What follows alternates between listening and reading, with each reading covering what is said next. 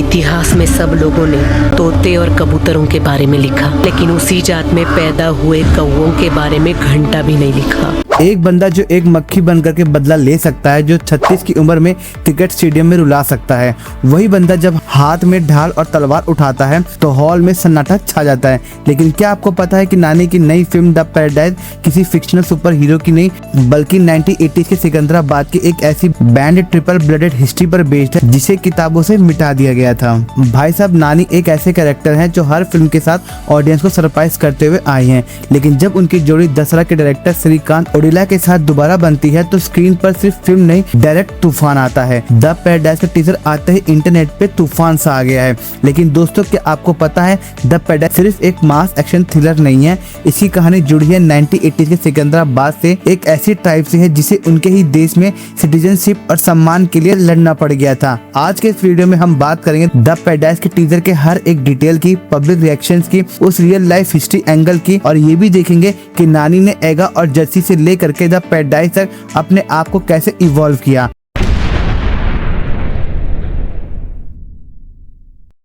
Teaser पर जाने से पहले थोड़ा नानी के करियर ग्राफ पर नजर डाल लेते हैं, जो कि बहुत जरूरी है।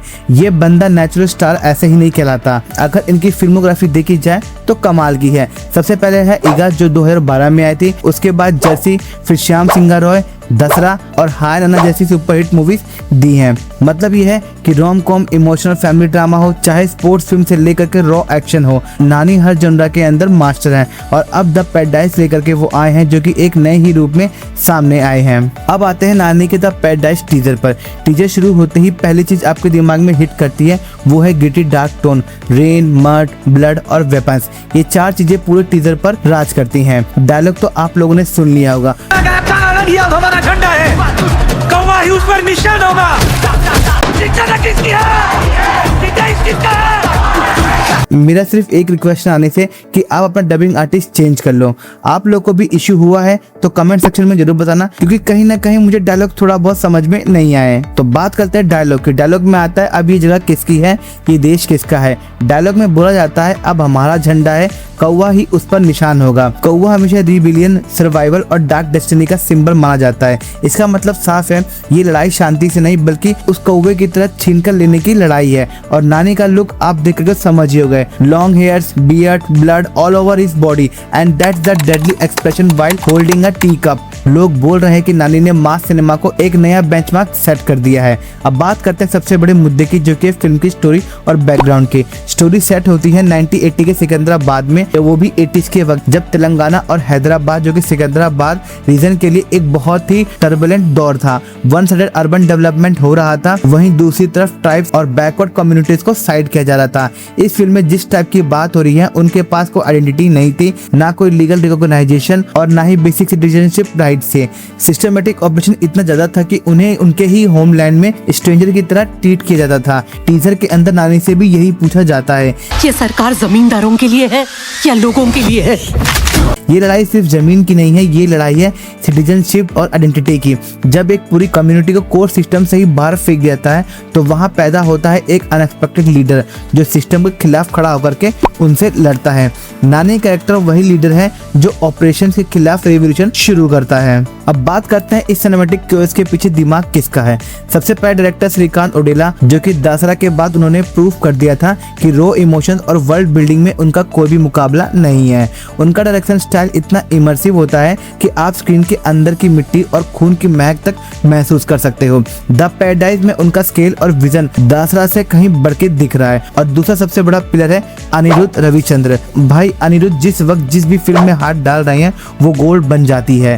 टीजर के बैकग्राउंड स्कोर सुनो, जो ट्राइबल चैंट्स, हैवी ड्रम्स और डार्क टेक्नो बीट्स उन्होंने कंबाइन किए हैं, वो गूज़बम्प्स क्रिएट कर देते हैं। पब्लिक में तो ये तक चर्चा चल रही है कि अनिरुद्ध का बीजीएम अकेला ही इस फिल्म की आधी टिकट सेल्स पुल कर लेगा। अनिरुद्ध और नानी का कॉम्बिनेशन पहले भी जैसी और गैंग लीडर में हिट रहा है, लेकिन इस बार ये कॉम्बिनेशन प्योर रेज है। टीजर ड्रॉप होने के बाद पूरे इंटरनेट पे बस एक ही चर्चा चल रही थी।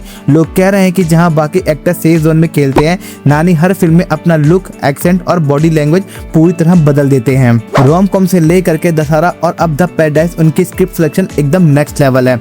वहीं पे ऑडियंस इस बात से भी खुश है कि ये फिल्म सिर्फ पॉइंटलेस एक्शन नहीं दिखा रही है, इसके पीछे एक स्ट्रॉन्ग सोशल मैसेज, हिस्ट्री और ट्राइबल एंगेस्ट है। जब एक्शन के पीछे एक सॉलिड रीजन होता है तो वो हिट करता है। द पैराडाइज के अंदर पुष्पा, केजीएफ और कांतारा जैसे फिल्मों के लेवल मान रहे हैं, जहां रूटेड इंडियन स्टोरीज और इंटरनेशनल लेवल की फिल्म मेकिंग के साथ पेश किया जा रहा है।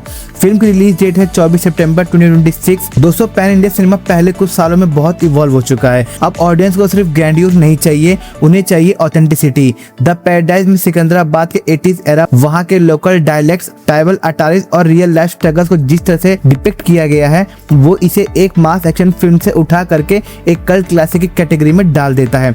जब एक मार्जिनलाइज्ड ट्राइब अपनी सिटीजनशिप और अस्तित्व के लिए लड़ता है तो वो कहानी सिर्फ एक स्टेट की नहीं होती है, वो पूरे देश के हर उस इंसान से कनेक्ट हो जाती है जिसने कभी न कभी किसी सिस्टम के खिलाफ इनजस्टिस सहन किया हो।